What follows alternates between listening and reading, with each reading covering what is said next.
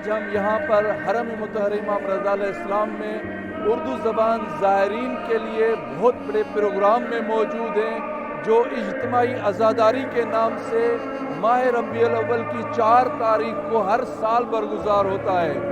گزشتہ سال کی طرح اس سال بھی بہت بڑا یہاں پر آج اجتماع ہے۔ وہ اردو زبان زائرین جو کربلا میں امام حسین علیہ السلام کی مشی کر کے نجف سے کربلا گئے ہیں اور کربلا سے واپس مشہد مقدس پہنچے ہیں، اور سب زائرین یہی چاہتے ہیں کہ جب ہم امام حسین علیہ السلام کا چہلم کربلا میں کر کے واپس مشہد آئیں، آخری پرسہ امام علیہ السلام کی بارگاہ میں پیش کریں۔ ادارے زائرین غیر ایرانی کی طرف سے اردو زبان بولنے والے زائرین کے لیے ہندوستان سے ہوں یا پاکستان سے، آج یہاں پر یہ تمام زائرین موجود ہیں۔ کم از کم جو تعداد ہے زائرین کی وہ 5 سے 7 ہزار نفر ہے۔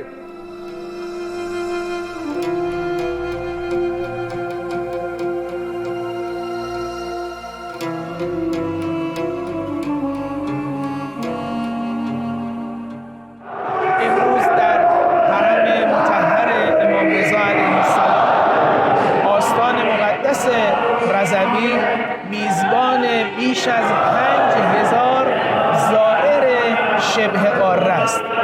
ما در ایام بعد از شهادت امام رضا علیه السلام در میزبانی زائران هندوستان و پاکستان که به زیارت حضرت سید الشهدا علیه السلام مشرف شدند افتخار داریم.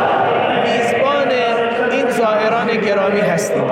در 4 ربیع الاول اجتماع بزرگ زائران پاکستانی رو در حرم امام رضا علیه السلام داریم. امروز در این حرم مطهر میزبان بیش از 5000 زائری هستیم که ضمن برگزاری مراسم و اجتماع بزرگ اردو زبانان میزبانشون هستیم بر سر سفره با برکت حضرت امام رضا علیه السلام.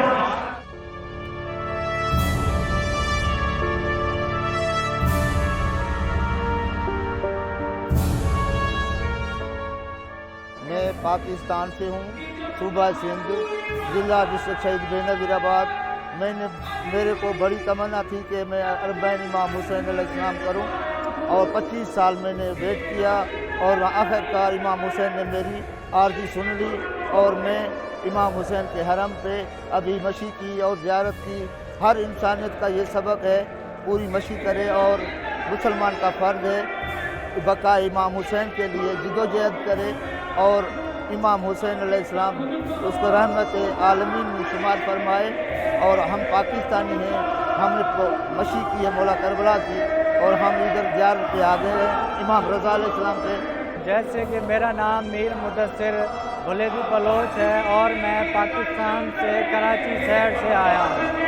جیسے کہ میرا تعلق اہل سنت جماعت سے ہے، اور میرا بڑے دل میں اور اپنا امام حسین کی زیارت کے لیے میرا بڑا دل تھا، اور امام حسین نے مجھے الحمدللہ اپنے زائرین میں شامل کیا، اور میں آج امام مولا حسین رضا کے حرم میں کھڑا ہوں۔